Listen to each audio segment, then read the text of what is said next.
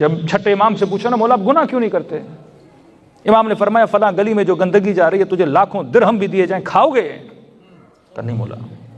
کیوں نہیں کھاؤ گے؟ کیسے نتیجے پہ پہنچ چکا ہوں کہ وہ نجاست ہے، وہ گندگی ہے، میں کبھی بھی نہیں کھاؤں گا، کیونکہ میرا بلیو ہے نا کہ یہ چیز گندی ہے، میں کیسے اس کو ہاتھ لگاؤں؟ کہ جس طرح تو اس یقین پہ پہنچ چکا ہے وہ گندگی، ہم اس یقین پہ پہنچ چکے ہیں اللہ کی نافرمانی گندگی کے علاوہ کچھ بھی نہیں ہے۔ یہ ساری چیزیں مقام یقین تک پہنچنے کی ہیں، اور مقام یقین تک انسان تبھی پہنچتا ہے جب انسان اپنی عقل سے سوچتا ہے۔ اب آتے ہیں چند مسائل دینی آپ کی خدمت میں رکھیں۔ ہو سکتا ہے آپ کا بچہ آپ سے پوچھے کہ بابا میں نماز کیوں پڑھوں؟ سب سے پہلے یہ کانسیپٹ آپ کلیئر کر دیں کہ میں نے پہلی مجلس میں کہا تھا اپنی نسلوں کو خیالی پلاؤ بعد میں بتاؤ، پہلے دین کا بینیفٹ بتاؤ کہ اس کا دنیا میں فائدہ کیا ہے، حجاب کا فائدہ دنیا میں کیا ہے، نماز کا فائدہ دنیا میں کیا ہے، روزے کا فائدہ دنیا میں کیا ہے۔ جب اس کو سمجھ آ جائے گا کہ یہ جو میں کر رہا ہوں، پریکٹس جو کر رہا ہوں، اس کا مجھے دنیا میں فائدہ ہے، دین رزلٹ اس کے آخرت میں بھی ہیں۔ لیکن سب سے پہلا فائدہ کہاں پر ہے؟ دنیا میں۔ آپ نماز پڑھتے ہو، صرف آپ بچے کو بیٹا نماز پڑھو گے تو اس کا فائدہ تجھے آخرت میں ہوگا، جنت ملے گی۔ شاید اس کو جنت سمجھ میں نہیں آ رہی، وہ یہ کام نہ کرے۔ شاید بیٹی کو بولو بیٹا حجاب کرو، اس کا فائدہ تجھے آخرت میں ملے گا۔ سب سے پہلے، کیونکہ انسان سیلفش ہوتا ہے، جب تک اسے یہ بلیو نہیں کرواؤ گے اس کا فائدہ پہلے تجھے ہے اور یہی دنیا پہ ہے، جب اس کی سینس کو آپ جگا دو گے پھر وہ اس عمل کو کبھی ترک نہیں کرے گا۔ آج کسی بھی آپ میڈیکل ڈاکٹر کو اٹھا لیں، اگر جن لوگوں کے پاس ٹائم ہے یہ ریسرچ بھی کر سکتے ہیں، اپنی سوسائٹی میں یہ ریسرچ ورک ہونا چاہیے کہ اگر اسلام میں سجدے کی اہمیت ہے، سجدے کا فائدہ کیا ہے، رکوع کی اہمیت ہے، رکوع کا فائدہ کیا ہے۔ دیکھیے جتنے بھی حیوانات ہیں، کوئی بھی حیوان باڈی بلڈنگ نہیں کرتا، انسان سے زیادہ جیتا ہے۔ کبھی دیکھا کتا ویٹ اٹھائے باڈی بلڈنگ کرے؟ کبھی دیکھا کوئی گھوڑا، کوئی بلی باڈی بلڈنگ کرے یا جم جائے، جم جوائن کرنے جائے؟ نہیں کرتے۔ وہ کیا کرتے ہیں؟ جب وہ تھک جاتے ہیں یا اٹھتے ہیں اپنی باڈی کو اسٹریچ کرتے ہیں، سیدھا کرتے ہیں، کھچاو لاتے ہیں۔ وہ آپ مرغا دیکھو یہی کرتا ہے، بلی دیکھو یہی کرتی ہے، کتا دیکھو یہی کرتا ہے۔ یہ جو باڈی کو آپ اسٹریچ کرتے ہیں، آج جو نئی نالج آ رہی ہے، اگر انسان دن میں اپنی باڈی کو 25 منٹ 30 منٹ 40 منٹ صرف کھچاو اپنی باڈی میں لائے تو انسان صحیح سالم رہتا ہے، کمر کی تکلیف بھی نہیں ہوتی۔ اب آؤ نماز میں، آپ کہتے ہیں اگر ایوری ڈے انسان 50 منٹس منیمم 50 منٹ انسان کو اپنی باڈی کے اندر کھچاو پیدا کرنا چاہیے، تو اس انسان کو کبھی نہ کولیسٹرول کا مسئلہ، نہ کبھی گھٹنوں کا مسئلہ، نہ کبھی پھٹوں کا مسئلہ، نہ کبھی کمر کی تکلیف کا مسئلہ ہوگا۔ پھر جب ہم نے روایت معصوم کی پڑھی کہ مولا فرماتے ہیں ہمارے شیعوں کی نشانی ہے کہ یہ دن میں 51 رکعت نماز پڑھتے ہیں، ایوری سنگل رکعت کو اگر ٹائم کاؤنٹ کرو اس کا تو 1 منٹ، اگر بہت اسپیڈ سے پڑھی جائے تو 1 منٹ۔ مطلب اگر حقیقی شیعہ ہو تو دن میں کتنی رکعت نماز پڑھے؟ 51 رکعت نماز۔ 51 رکعت نماز کا اگر ٹائم کیلکولیٹ کیا جائے تو 51 منٹس بنتا ہے۔ اب آؤ نماز میں ہم کرتے کیا ہیں؟ نماز میں باڈی کا کھچاو پیدا ہوتا ہے۔ ایک تو آپ کھڑے ہوتے ہو، مطلب ایکسرسائز بھی ہے پلس میں میڈیٹیشن بھی ہے۔ آپ ورزش کی ورزش کرتے ہو، ایکسرسائز کی ایکسرسائز کرتے ہو، اور اپنے روح کو کس کی طرف متوجہ کرتے ہو؟ پروردگار عالم کی طرف۔ کئی لوگ تو یہ سوال کرتے ہیں مولانا جب ہم نماز پڑھتے ہیں تو ہماری فکر کبھی یہاں جا رہی ہے کبھی وہاں جا رہی ہے، ہمیں کوئی ایسا وظیفہ بتائیں کہ ہم نماز میں کھڑے ہو جائیں تو فکر ہماری رک جائے۔ تو بندے خدا فکر کبھی رکتی ہے ہی نہیں۔ یہ بیسک آپ کا کوشچن ہی غلط ہے کہ مولانا نماز پڑھیں فکر کو آپ روک نہیں سکتے، فکر کو آپ ڈائریکشن دے سکتے ہو۔ آپ جب سوتے بھی ہو تب بھی آپ کے تھاٹس چل رہے ہوتے ہیں۔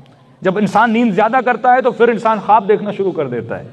تو تھاٹس کو آپ کبھی روک نہیں سکتے، تھاٹس کو آپ نے کیا دینی ہے؟ ڈائریکشن دینی ہے۔ اور ڈائریکشن کس کے ذریعے سے ملتی ہے؟ سورہ حمد کے ذریعے سے ملتی ہے۔ ڈائریکشن کس کے ذریعے سے ملتی ہے؟ جب کہتے ہو سبحان ربی الاعلی و بحمدہ، ایک ڈائریکشن دے رہے ہو۔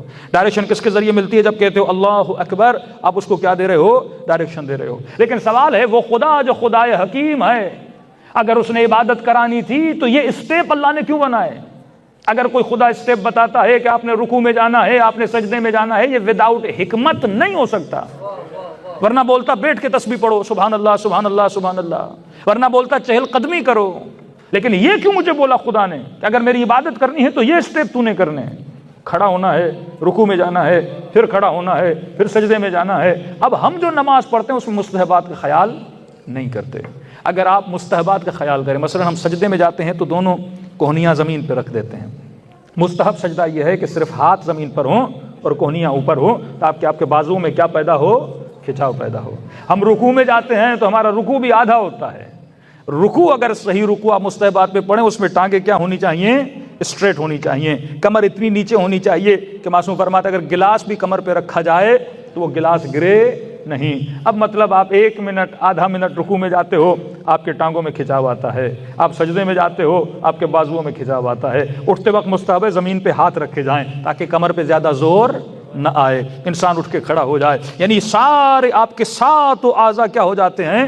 ایکٹیو ہو جاتے ہیں۔ اب اگر کوئی 51 منٹ ڈیلی 51 رکعت نماز پڑھے اور اس طرح سے پڑھے جس طرح امیر المؤمنین نے کہا، خدا اس کے جسم کو بھی صحت عطا کرے گا، اس کے روح کو بھی صحت عطا کرے گا۔ نعرہ حیدری! فرمایا خدا سب سے زیادہ بندے کے قریب اس وقت ہوتا ہے جب بندہ سجدہ کرتا ہے، اور آج پروو ہوا ہے کہ جب آپ سجدے میں اس طرح سر کو ڈالتے ہیں تو سب سے زیادہ بلڈ سرکولیشن آپ کے برین کے اندر ہوتی ہے۔ اب میں نے کسی بچے کو کہا، میں نے کہا جا کے دیکھو بیچارے انگریز صاحبان جو ہیں ٹانگیں اوپر کر دیتے ہیں، سر نیچے کرتے ہیں تاکہ بلڈ ان کی کھوپڑی میں آ جائے، جس سے برین ٹیومر نہیں ہوتا، جس سے انسان کے ذہن میں اس کی میموری شارپ ہو جاتی ہے، تیز ہو جاتی ہے۔ میں نے کہا ٹانگیں اوپر کر کے سر نیچے کرنا بہتر ہے یا رب کی دربار میں سجدہ کرنا بہتر ہے؟ کتنی مرتبہ خدا بلاتا ہے۔ اور جب ہم مٹی پہ سجدہ کرتے ہیں، اس کا آپ کے بدن کے ساتھ ارتھ جو زمین ہے اس میں کیا ہے؟ کرنٹ ہے نا، اس کا بھی میڈیکلی بڑا آپ کے وجود کے ساتھ کنیکشن ہے۔ کہتے ہیں ایک لیول پہ آ کے انسان کی باڈی کے اندر جو الیکٹرون ہیں وہ آ کے ایک جگہ پہ رک جاتے ہیں، اس کا فائدہ بھی کسے ہوتا ہے؟ انسان کے بدن کو ہوتا ہے۔ تو دین نے کوئی بھی ایسی چیز نہیں کہی جس کا مجھے دنیا میں فائدہ نہ ہو۔